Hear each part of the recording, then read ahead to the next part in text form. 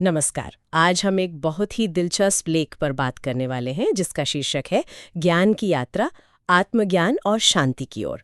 तो ये लेख कोशिश करता है समझने की कि आत्मविकास और अंदरूनी शांति का रास्ता कैसा होता है। चलिए देखते हैं कि इस सफर के कौन से महत्वपूर्ण पहलू ये लेख हमारे सामने रखता है। हाँ, नमस्कार। ये लेख वाकई बहुत अच्छा है क्योंकि ये एक बहुत ही व्यक्तिगत लेकिन साथ ही सार्वभौमिक सी खोज है ना, मतलब आत्मविकास और शांति की तलाश। ये उसे एक क्या कहते हैं, एक व्यवस्थित तरीके से देखने की कोशिश करता है। सिर्फ भावनाओं की बात नहीं, एक पूरी प्रक्रिया बताता है। हाँ, एक प्रक्रिया। तो इस प्रक्रिया का या कहें इस नक्शे का पहला पड़ाव क्या बताया गया है? लेख कहता है कि शुरुआत होती है स्वयं की खोज से। तो अपनी पहचान, अपने जीवन का मकसद समझना, ये पहला कदम क्यों है, इतना जरूरी क्यों? जरूरी इसलिए क्योंकि लेख के अनुसार ये सफर बाहर नहीं, ये तो अंदर से शुरू होता है। ये एक तरह से आत्मविश्लेषण है ना। अपने विचारों को, अपनी भावनाओं को, अपनी जो गहरी मान्यताएं हैं उनको परत दर परत समझना, और शायद ये सिर्फ सोचना नहीं बल्कि अपनी बुनियादी धारणाओं पर सवाल उठाना भी है।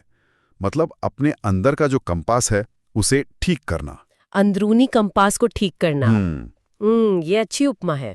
तो इस अंदरूनी काम में मदद के लिए लेख कुछ साधनों का भी जिक्र करता है, जैसे ध्यान और साधना और पुस्तकों का अध्ययन। ये कैसे मदद करते हैं? मतलब एक तरफ मन शांत करना और दूसरी तरफ ज्ञान लेना। हाँ, बिल्कुल। ये दोनों साधन, जैसा लेख बताता है, अलग अलग हैं पर एक दूसरे के पूरक हैं। ध्यान और साधना से क्या होता है कि मन शांत होता है, जो विचारों का शोर है उससे ऊपर उठकर चेतना के गहरे स्तरों तक पहुंच पाते हैं। इससे एक स्थिरता आती है अंदर। और वहीं जो किताबें हैं या ग्रंथ हैं, उनका अध्ययन एक मतलब बौद्धिक ढांचा देता है। जीवन के सिद्धांत समझने में, अनुभवों को एक बड़े परिप्रेक्ष्य में देखने में मदद मिलती है। ये सिर्फ जानकारी लेना नहीं है बल्कि समझ को विकसित करना है। अच्छा, तो एक तरफ शांति, दूसरी तरफ समझ। लेकिन ये सफर सिर्फ अंदर का या दिमागी ही तो नहीं है, सही? लेख में असल जिंदगी के अनुभवों की भी बात है, जैसे अनुभव से सीखना और समाज और संबंध। इसका मतलब बाहरी दुनिया भी उतनी ही जरूरी हुई। बिल्कुल। यहीं पर यह नजरिया और भी पूरा होता है। लेख कहता है कि जीवन के अनुभव, चाहे वो अच्छे हों या मतलब चुनौती भरे, वो हमें जमीनी हकीकत से जोड़ते हैं, हमारी सोच को परिपक्व बनाते हैं। और समाज में दूसरों से मिलना जुलना, अलग अलग नजरिए समझना, रिश्ते निभाना, ये सब हमें अपने छोटे से मैं से बाहर निकालते हैं। एक ज्यादा संतुलित समझ बनती है। तो ये जो बाहरी अनुभव हैं वो अंदरूनी विकास को मजबूत करते हैं, गहरा करते हैं।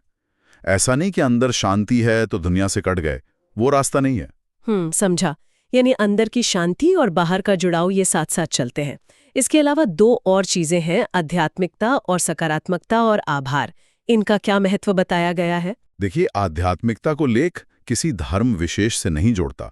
ये जीवन में एक गहरे अर्थ की तलाश है, एक जुड़ाव की भावना है।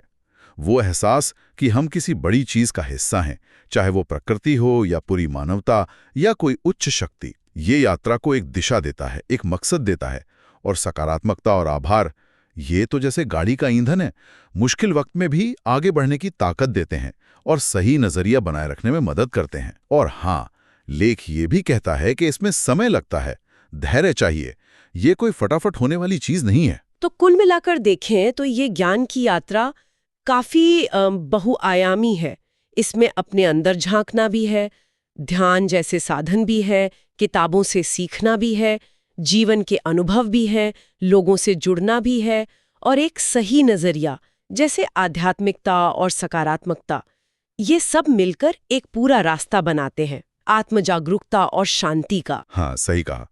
और लेख का जो निष्कर्ष है वो यही है कि ये यात्रा व्यक्ति को आत्मज्ञान, संतोष और सच्ची आंतरिक शांति तक ले जाती है। और ये शांति सिर्फ व्यक्ति तक ही नहीं रहती, उसके व्यवहार से, उसके कामों से समाज पर भी अच्छा असर डालती है तो ये व्यक्तिगत खोज, पर इसके फायदे सामूहिक हैं। लेख इसे आत्मज्ञान की ओर एक सफर कहता है जो चलता रहता है। इन सब बातों को सोचें तो एक सवाल मन में आता है, कोई भी व्यक्ति आज अभी खुद को थोड़ा बेहतर समझने या थोड़ी ज्यादा शांति महसूस करने के लिए कौन सा एक छोटा सा, बिल्कुल प्रैक्टिकल सा कदम उठा सकता है? शायद बस 5 मिनट के लिए सचेत होकर अपनी सांसों पर ध्यान देना, या किसी ऐसी चीज के लिए शुक्रगुजार होना जिसे हम रोज देखते हैं पर ध्यान नहीं देते। क्या लगता है?